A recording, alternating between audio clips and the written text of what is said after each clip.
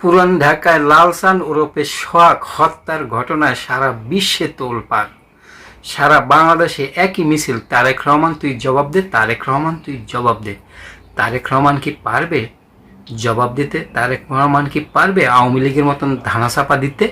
আওয়ামী লীগ যে কোনো ঘটনাকে খুব দ্রুত যেভাবে ধামাচাপা দিত, সেভাবে কি পারবে তারেক রহমান ধামাচাপা দিতে অথবা জবাব দিতে?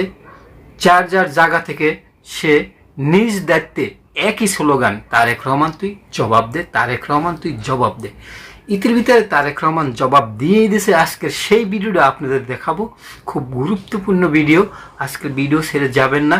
তারেক রহমান কি জবাব দিল সেই ভিডিওটা আপনাদেরকে দেখাবো। তারপরে আর একটা ভিডিও দেখাবো, পুলিশ কর্মকর্তা কি বললে সেই ভিডিওটা আপনাদেরকে দেখাবো। তার মানে আজকে দুইটা ভিডিও দেখলেই আপনারা বুঝতে পারবেন যে তারেক রহমান সঠিক জবাব দিছে নাকি ভুল জবাব দিছে। এটা আপনারা কমেন্টে আপনারা অবশ্যই লিখবেন। পুরনো ঢাকায় যে ঘটনাটি ঘটে গেছে, যে ছেলেটি মারা গেছে বরঞ্চ তার সাথে হয়তো যুবদলের সম্পর্ক আছে, কিন্তু যে খুন করছে বা যে হত্যা করছে তাকে তো অন্য জায়গা থেকে, আমরা যেটা খবর পেয়েছি, অন্য জায়গা থেকে নিয়ে আসা হয়েছে। তাকে ধরা হচ্ছে না, ধরা হলো অন্যদেরকে অ্যারেস্ট করা হলো, তাকে ধরা হচ্ছে না, কি তাকে আসামিও পর্যন্ত বোধহয় করা হয়নি এখন পর্যন্ত। কেন হয়নি, কেন ধরা হচ্ছে না? আমাদের পক্ষ থেকে তো একবারও বলা হয়নি যে তমুককে ধরা যাবে না, অমুককে ধরা যাবে, একবারও তো এই কথাটি বলা হয়নি। আমরা বরাবর বলে দিচ্ছি, একটু আগে যেটি আপনাদের সামনে বলেছি, বরাবর আমরা বলেছি অন্যায়কারী আইনের দৃষ্টিতে তার বিচার হবে। দলের সাথে তার কি সম্পর্ক, কিচ্ছু যায় আসে না তাতে। তাকে দল কোন রকম প্রশ্রয় দিবে না। কেউ যদি কোনো অন্যায় করে থাকে, তাহলে প্রশাসন ধরছে না কেন তাকে? আমাদের এখানে রিজভী আহমেদ সাহেব পরিষ্কার বলেছেন, দলীয় অবস্থান থেকে আমাদের যা যা করা প্রয়োজন আমরা প্রত্যেকটি যেটি জেনেছি, তদন্তের পরে যাদের যাদের সম্পর্কে প্রমাণিত হয়েছে অভিযোগ, আমরা আমাদের দলীয় অবস্থান থেকে তাদের বিরুদ্ধে ব্যবস্থা গ্রহণ করেছি।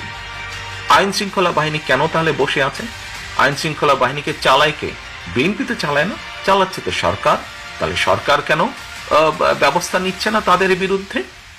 সেটি দলেরই হোক বা সেটি অন্য কোনো লোকই হোক, কেন ব্যবস্থা নিচ্ছে না? এই হত্যাকাণ্ডটি সংগঠিত হয়েছে অনেক লোক একত্রিত হয়ে একজন লোককে বিভিন্নভাবে আঘাত করে হত্যা করেছে।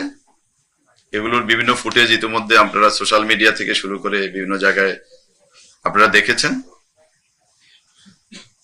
তো এই ঘটনা ঘটার সাথে সাথেই ঘটনাস্থলে পুলিশ উপস্থিত হয় এবং ঘটনা নিয়ন্ত্রণ নেয়, এবং ঘটনা সংঘটিত হওয়ার অল্প সময়ের মধ্যেই পুলিশ দুজনকে গ্রেফতার করে, এবং দুজনকে গ্রেফতার করে অত্র এলাকার যে সকল সিসি ক্যামেরা আছে সেই সকল ক্যামেরার ফুটেজগুলো কালেকশন করে, এবং আমি ডিসি লালবাগ হিসাবে ঘটনা আমার যেহেতু এটা আমার রেসপন্সিবিলিটির মধ্যে এবং আমার এরিয়ার মধ্যে, আমি বলা যায় 20 থেকে 25 মিনিটের মধ্যে আমি নিজের ঘটনাস্থলে উপস্থিত হই। তাৎক্ষণিকভাবে আমরা লাশটার যে আইনি ফর্মালিটিজ আছে সুরতাল করা এবং ময়নাতদন্তের যে প্রক্রিয়াটা সেটা সম্পন্ন করে এটা লাশটাকে আমরা মিটফোর্ড হসপিটালে প্রেরণ করি, এবং আমরা আমাদের পুলিশের বিভিন্ন টিমগুলোকে আমরা ভাগ করে দিয়ে যারা অপরাধের সাথে সম্পৃক্ত তাদের গ্রেফতারের প্রক্রিয়া শুরু করি। আপনাদের জ্ঞাতার্থে একটু বলে রাখা ভালো, এই ঘটনাটার নেপথ্যে অনেক রকম কথাবার্তা আমরা মিডিয়ায় দেখতে পাচ্ছি। তো একটা আমরা এই পর্যন্ত আমরা যতটুকু পেয়েছি অপরাধীদের সাথে কথা বলে বা এই হত্যাকাণ্ডের সাথে যারা জড়িত বলে এখন পর্যন্ত মনে হচ্ছে, তাদের সাথে কথা বলে আমরা যে সকল তথ্য পেয়েছি এটা একটু আপনাদের নিকট ক্লিয়ার করা দরকার।